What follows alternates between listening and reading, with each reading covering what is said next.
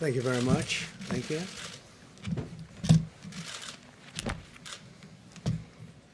Good evening. I'd like to provide the American people with an update on our efforts to protect the integrity of our very important 2020 election. If you count the legal votes, I easily win. If you count the illegal votes, they can try to steal the election from us. If you count the votes that came in late, we're looking at them very strongly, but a lot of votes came in late. I've already decisively won many critical states, including massive victories in Florida, Iowa, Indiana, Ohio. To name just a few, we won these and many other victories despite historic election interference from big media, big money, and big tech. As everybody saw, we won by historic numbers. And the pollsters got it knowingly wrong. They got it knowingly wrong. We had polls that were so ridiculous, and everybody knew it at the time. There was no blue wave that they predicted. They thought there was going to be a big blue wave. That was false. That was done for suppression reasons. But instead, there was a big red wave. And it's been properly acknowledged, actually, by the media. They were, I think, very impressed. But that was after the fact. That doesn't do us any good. We kept the Senate despite having twice as many seats to defend as Democrats, and in a really much more competitive states. We did a fantastic job with the Senate. I think we're very proud of what's happened there. We had many more seats to defend. They spent almost $200 million on Senate races in South Carolina and Kentucky alone, 2 races, and hundreds of millions of dollars overall against us. At the national level, our opponents' major donors were Wall Street bankers and special interests. Our major donors were police officers, farmers, everyday citizens. Yet for the first time ever, we lost 0 races in the House. I was talking to Kevin McCarthy today. He said he couldn't believe it. 0 races, very unusual thing, 0. And actually won many new seats with, I think, many more on the way.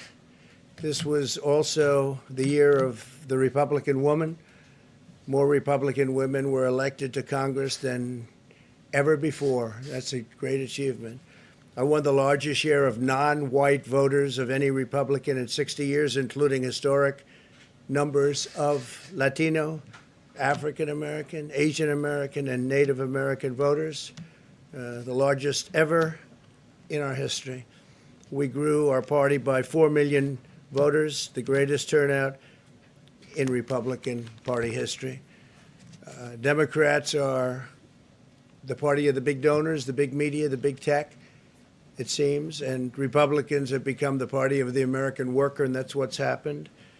And we're also, I believe, the party of inclusion. As everyone now recognizes, media polling was election interference in the truest sense of that word, by powerful special interests.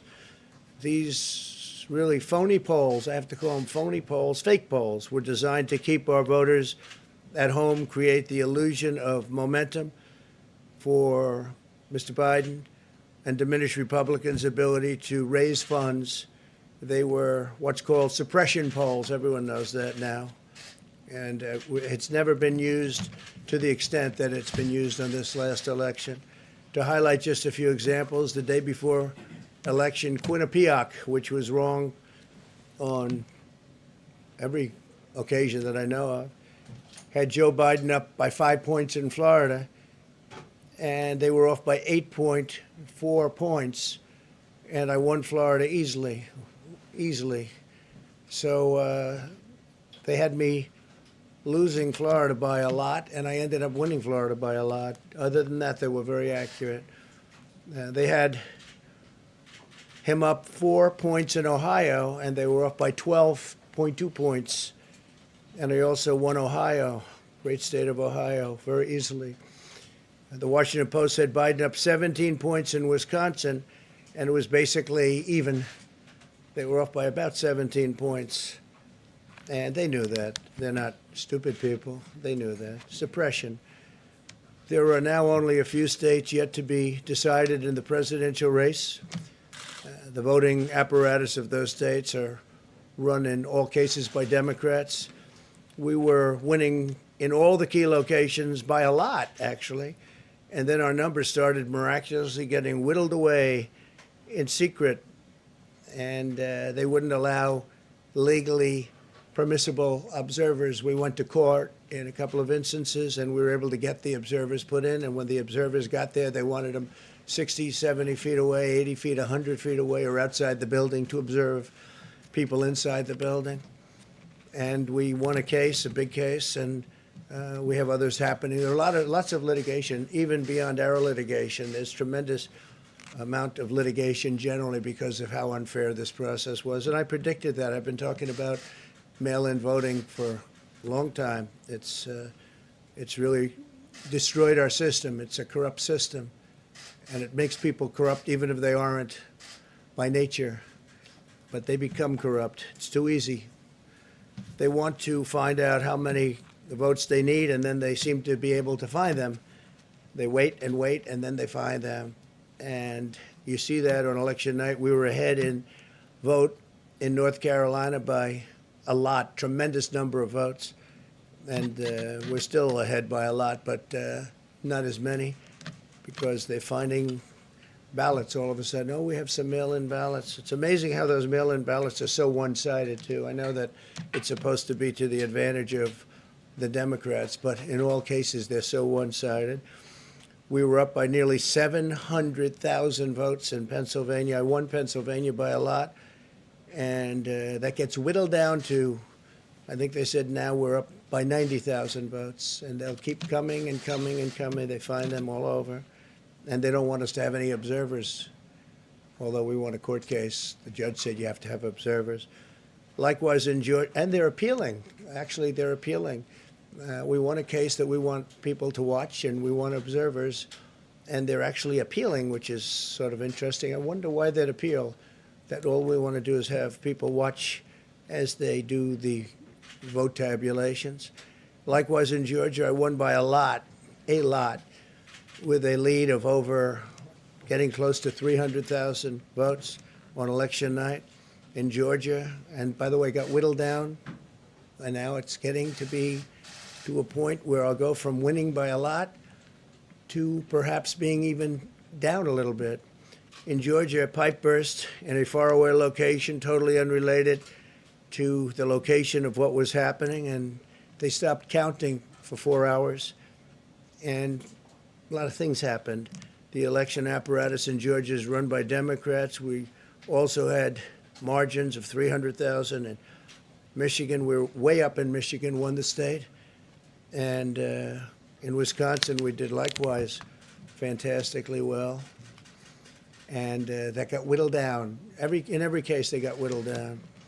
Today, we're on track to win Arizona. We only need to carry, I guess, 55% of the remaining vote, 55% margins. And that's a margin that we've significantly exceeded. So we'll see what happens with that. But we're on track to do okay in Arizona. Our goal is to defend the integrity of the election. We'll not allow the corruption to steal such an important election, or any election for that matter. And we can't allow anybody to silence our voters and manufacture results. I've been doing a lot of public things for a long time. I've never had anything that's been as inspirational, by people calling, talking, sending things to us. I've never seen such love and such affection and such spirit as I've seen for this. People know what's happening, and they see what's happening, and it's before their eyes. And there are many instances which will be reported very shortly.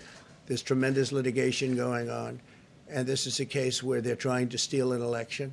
They're trying to rig an election, and we can't let that happen. Detroit and Philadelphia, known as two of the most corrupt political places anywhere in our country, easily cannot be responsible for engineering the outcome of a presidential race, a very important presidential race. In Pennsylvania, Democrats have gone to the state Supreme Court to try and ban our election observers, and very strongly. Now, we won the case, but they're going forward. They don't want anybody in there. They don't want anybody watching them as they count the ballots.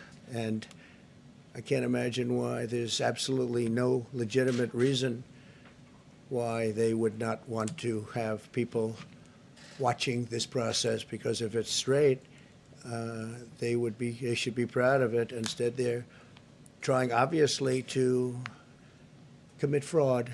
There's no question about that. In Philadelphia, observers have been kept far away, very far away, so far that people are using binoculars to try and see, and there's been tremendous problems caused. They put paper on all of the windows so you can't see in, and the people that are banned are very unhappy and become somewhat violent. The 11th Circuit ruled that in Georgia the votes have been in by Election Day, that they should be in by Election Day, and they weren't. Votes are coming in after Election Day. And they had a ruling already that you have to have the votes in by Election Day. To the best of my knowledge, votes should be in by Election Day. And they didn't do that.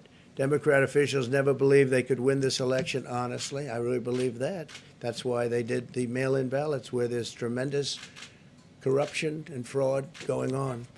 That's why they mailed out tens of millions of unsolicited ballots without any verification measures whatsoever. And I've told everybody that these things would happen because I've seen it happen. I watched a lot of different elections before they decided to go with this big, massive election with tens of millions of ballots going out to everybody, in many cases totally unsolicited. This was unprecedented in American history. This was by design, despite years of claiming to care about the election security. They refused to include any requirement to verify signatures, identities, or even determine whether they're eligible or ineligible to vote. People are walking in there. They have no idea. They're just taking numbers. They're writing down things, the workers, and doing a lot of bad things. And we have a lot of information coming and litigation that you'll see that will shake even you people up. And you've seen it all. The officials overseeing the counting in Pennsylvania and other key states are all part of a corrupt Democrat machine that you've written about, and for a long time you've been writing about the corrupt Democrat machine. I went to school there, and I know a lot about it. It hasn't changed. It's a long time ago, and hasn't changed. It's gotten worse. In Pennsylvania, partisan Democrats have allowed ballots in the state to be received 3 days after the election, and we think much more than that. And they're counting those without even postmarks or any identification whatsoever. So you don't have postmarks, you don't have identification. There have been a number of disturbing irregularities across the nation. Our campaign has been denied access to observe any counting in Detroit. Detroit is another place, and I wouldn't say it has the best reputation for election integrity. Poll workers in Michigan were duplicating ballots, but when our observers attempted to challenge the activity, those poll workers jumped in front of the volunteers to block their view so that they couldn't see what they were doing. And it became a little bit dangerous. One major hub for counting ballots in Detroit covered up the windows again with large pieces of cardboard, and so they wanted to protect and block the counting area. They didn't want anybody seeing the counting, even though these were observers who were legal observers that were supposed to be there. In Detroit, there were hours of unexplained delay in delivering many of the votes for counting. The final batch did not arrive until 4 in the morning, and even though the polls closed at 8 o'clock, so they brought it in, and the batches came in, and nobody knew where they came from. We've also been denied access to observe in critical places in Georgia. In multiple swing states, counting was halted for hours and hours on election night, with results withheld from major Democrat-run locations only to appear later. And they suddenly appeared, and they all had the name Biden on them, or just about all. I think almost all. They all had the name Biden on them, which is a little strange. I challenge Joe and every Democrat to clarify that they only want legal votes, because they talk about votes, and I think they should use the word legal votes. We want every legal vote counted, and I want every legal vote counted. We want openness and transparency, no secret count rooms, no mystery ballots, no illegal votes being cast after Election Day. You have election day, and the laws are very strong on that. You have an election day, and they don't want votes cast after election day, and they want the process to be an honest one. It's so important. We want an honest election, and we want an honest count, and we want honest people working back there because it's a very important job. So that's the way this country is going to win. That's the way the United States will win, and we think we will win the election very easily. We think there's going to be a lot of litigation because we have so much evidence, so much proof, and it's going to end up perhaps at the highest court in the land. We'll see. But we think there'll be a lot of litigation because we can't have an election stolen like this. And I tell you, I have been talking about this for many months with all of you, and I've said very strongly that mail-in ballots are going to end up being a disaster. Small elections were a disaster. Small, very easy-to-handle elections were disastrous. This is a large-scale version, and it's getting worse and worse every day. We're hearing stories that are horror stories, absolute horror stories, and we can't let that happen to the United States of America. It's not a question of who wins, Republican, Democrat, Joe, myself. We can't let that happen to our country. We can't be disgraced by having something like this happen. So it will be hopefully cleared up, maybe soon, I hope soon, but it'll probably go through a process, a legal process. And as you know, I've claimed certain states, and he's claiming states, and we can both claim the states, but ultimately I have a feeling judges are going to have to rule. But there's been a lot of shenanigans, and we can't stand for that in our country. Thank you very much.